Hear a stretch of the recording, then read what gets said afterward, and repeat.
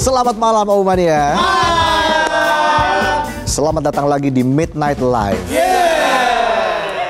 Dan hari ini bertepatan dengan HUT ke-64 Pramuka. Semoga kita selalu punya semangat tegak lurus, disiplin, dan berintegritas. Jangan sampai kayak jalan di wilayah perbatasan. Gak rata, geradakan, jalannya membel-membel. Udah kayak postingan temen lupa dipakein filter kurus. Mukanya tirus tapi jempolnya gede kayak disengat lebah. Ya udah langsung aja. Kita mulai Midnight Live.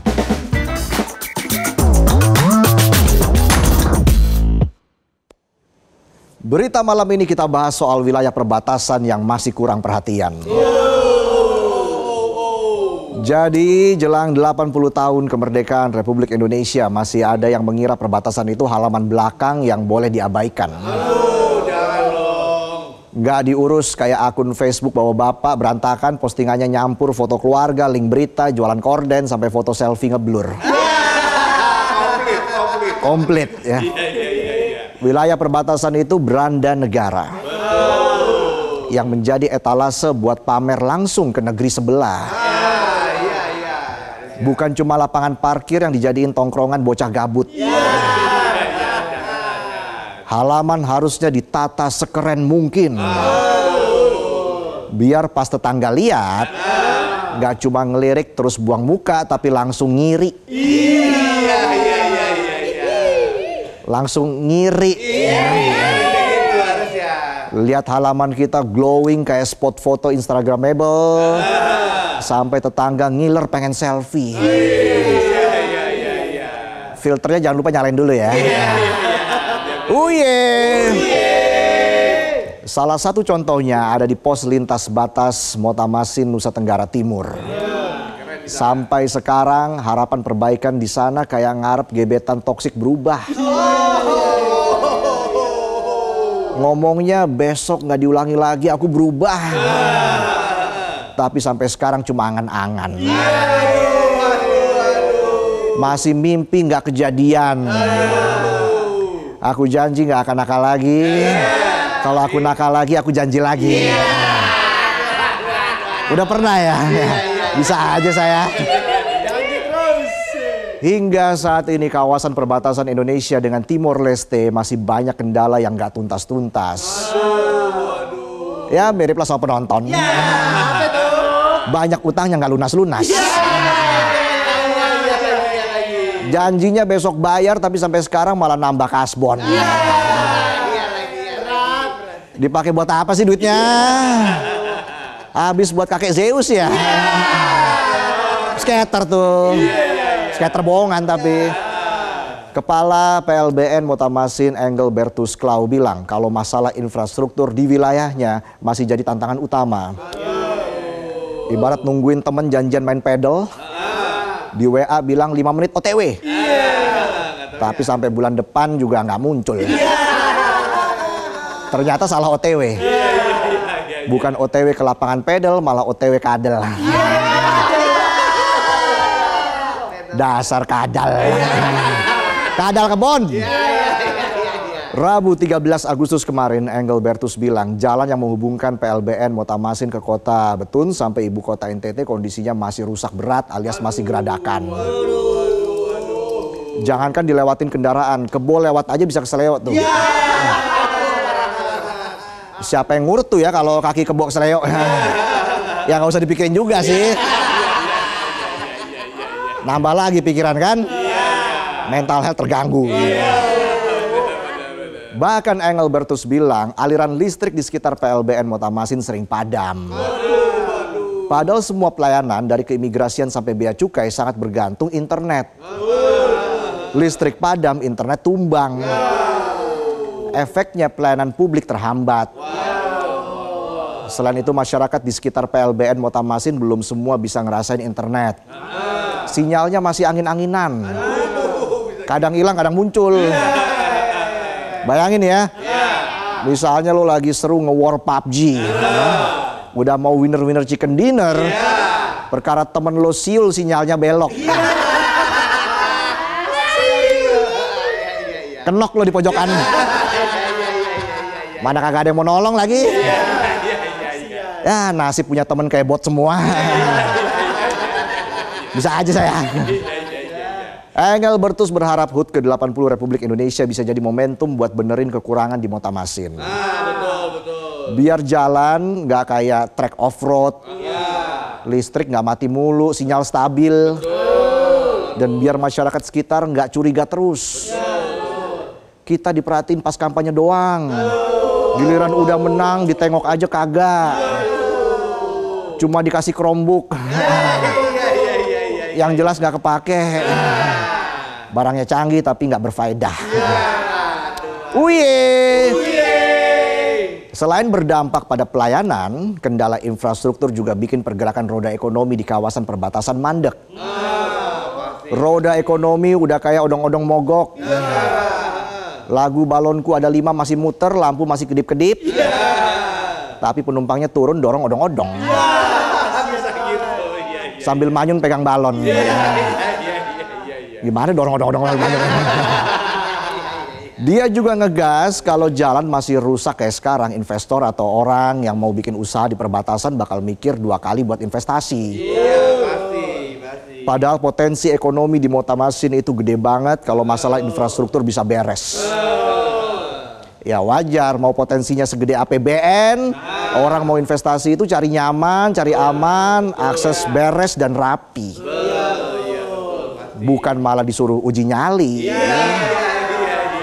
Mau jalan ke lokasi udah mikir pulang rematik apa bakal diculik. Engelbertus juga bilang kalau masyarakat di sini bisa ngembangin kebun pisang. Hasilnya bisa sampai dikirim ke Surabaya. Ada juga perkebunan jambu mete atau jambu monyet. Jambu monyet yang sebenarnya bisa diolah dan dijual lebih luas. Tapi sayang dengan jalan sekarang pisangnya belum sampai Surabaya udah jadi pohon lagi.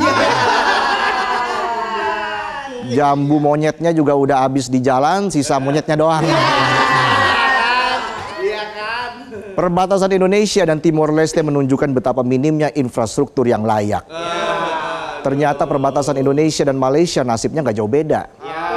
Bahkan di sana nggak cuma soal infrastruktur yang belum mulus, tapi juga masih ada masalah yang lebih serius. Kata KPAI, anak-anak di perbatasan Kalimantan Utara terancam jadi korban TPPO, eksploitasi seksual sampai kehilangan akses pendidikan dan kesehatan. Jadi bukan cuma jalannya yang ambyar, tapi masa depan anak-anaknya juga terancam bubar. Miris. Bayangin sekarang nih anak-anak di sana pasti lagi semangat ikut lomba ramaikan bulan kemerdekaan. Tapi masih ada warga negara yang hidupnya belum sepenuhnya merdeka. Hidupnya kayak anak tiri yang kurang perhatian. Cuma dibutuhkan buat dijadikan pengakuan. Udah kayak bawang merah ngomong ke bawang putih. Putih, sini kau. Bersihkan halaman kita. Baik, centong sayur. Akan ku kerjakan semuanya. Ibunya nyaut tuh. Dasar anak tiri nggak tahu diri. Disuruh nyuci malah ngaspal jalan. Hal ini terungkap dalam kegiatan pengawasan KPAI kedua wilayah strategis yang berbatasan langsung dengan Malaysia, yaitu Kota Tarakan dan Kabupaten Nunukan Rabu 14 Mei 2025 lalu. Ketua KPAI Ai Mariati Soliha bilang jalur ilegal ke Malaysia sering dipakai buat menyelundupkan pekerja migran tanpa dokumen alias ilegal. Termasuk anak-anak yang nyusul orang tuanya dan terancam bisa jadi korban eksploitasi. Ai juga bilang kalau masyarakat banyak yang belum paham soal TPPO. Pengawasan dermaga lokal juga longgar. Jadi celahnya juga lebar. Udah kayak pintu WC yang kuncinya cuma diganjel sendal jepit. Mana sendal jepitnya dipakai buat lempar bupati lagi. Kebuka dong, kebuka. Lagi enak-enak ngeden, ngablak tuh pintunya. KPAI juga menyoroti praktek pemberian dokumen ilegal oleh pihak konsulat dan majikan di Malaysia. Sampai anak-anak pekerja migran kehilangan hak dasarnya. Bahkan dalam 3 tahun terakhir, Pusdatin KPAI mencatat 168 laporan anak dieksploitasi, baik eksploitasi ekonomi dan atau eksploitasi seksual. Lalu ada 127 laporan anak korban penculikan, penjualan atau diperdagangkan.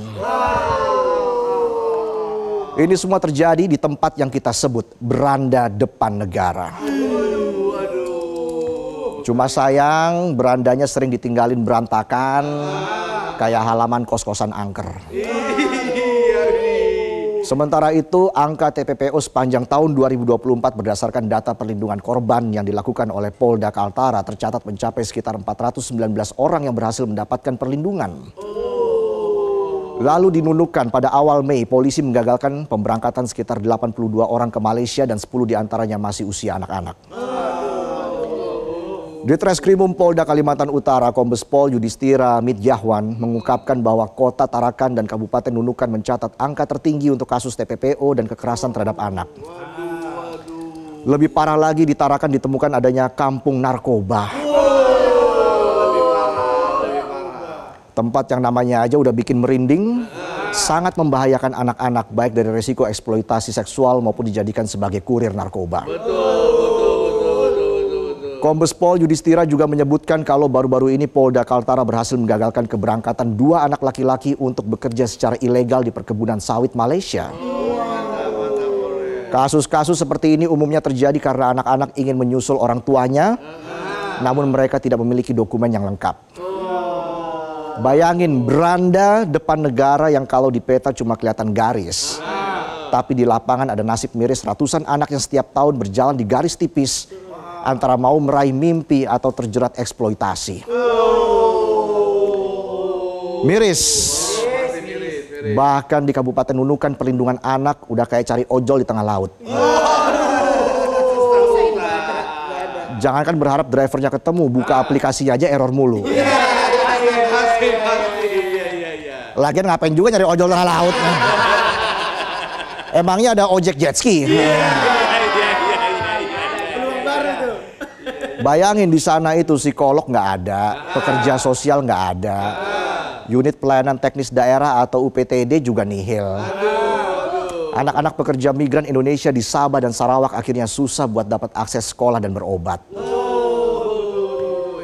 Kata Kepala Dinas Kesehatan Pengendalian Penduduk dan Keluarga Berencana atau Dinkes P2KB Kabupaten Nunukan, Miskiah, hal itu bukan karena anak-anak malas atau bandel. Tapi karena Indonesia dan Malaysia belum punya kerjasama resmi. Jadi kalau ada anak yang butuh imunisasi, otoritas kesehatan Malaysia cuma bisa bilang, maaf kami nggak bisa kasih pelayanan, bos-bos belum salaman. Korbannya perkembangan anak-anak terhambat alias stunting. Bukan cuma tinggi badan yang nggak maksimal, tapi mimpi dan masa depan anak-anak juga bisa terancam gagal. Kondisi pendidikan di sini juga punya masalah, meski ada 390 titik pendidikan untuk anak tidak sekolah dan Community Learning Center atau CLC untuk anak-anak PMI di Malaysia.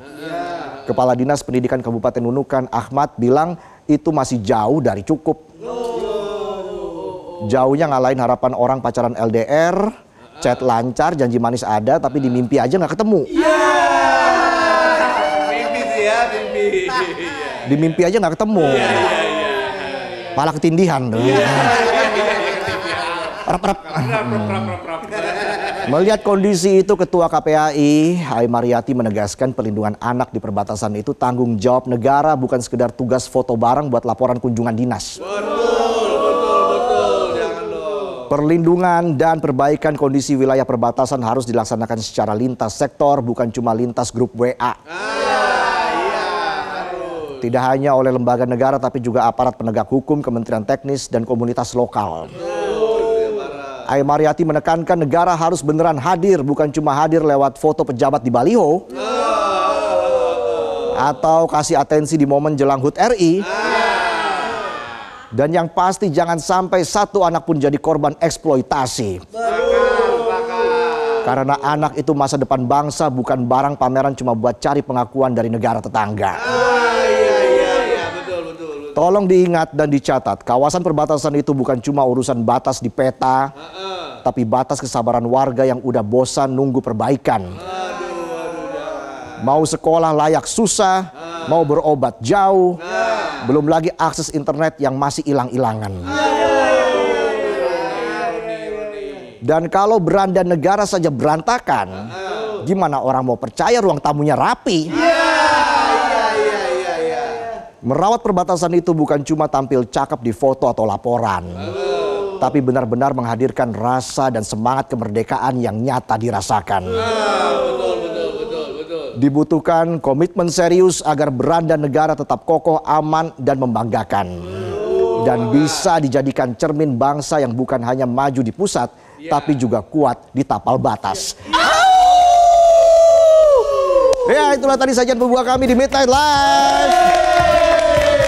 Jelajahi cara baru mendapatkan informasi. Download Metro TV Extend sekarang.